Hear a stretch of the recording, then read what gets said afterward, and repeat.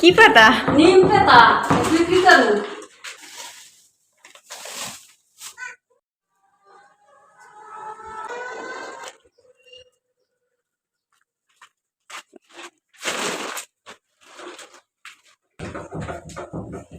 খালা কি তোমার হাতে?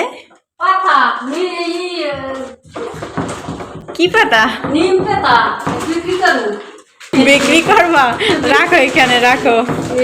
বিক্রি করো নিম পাতা।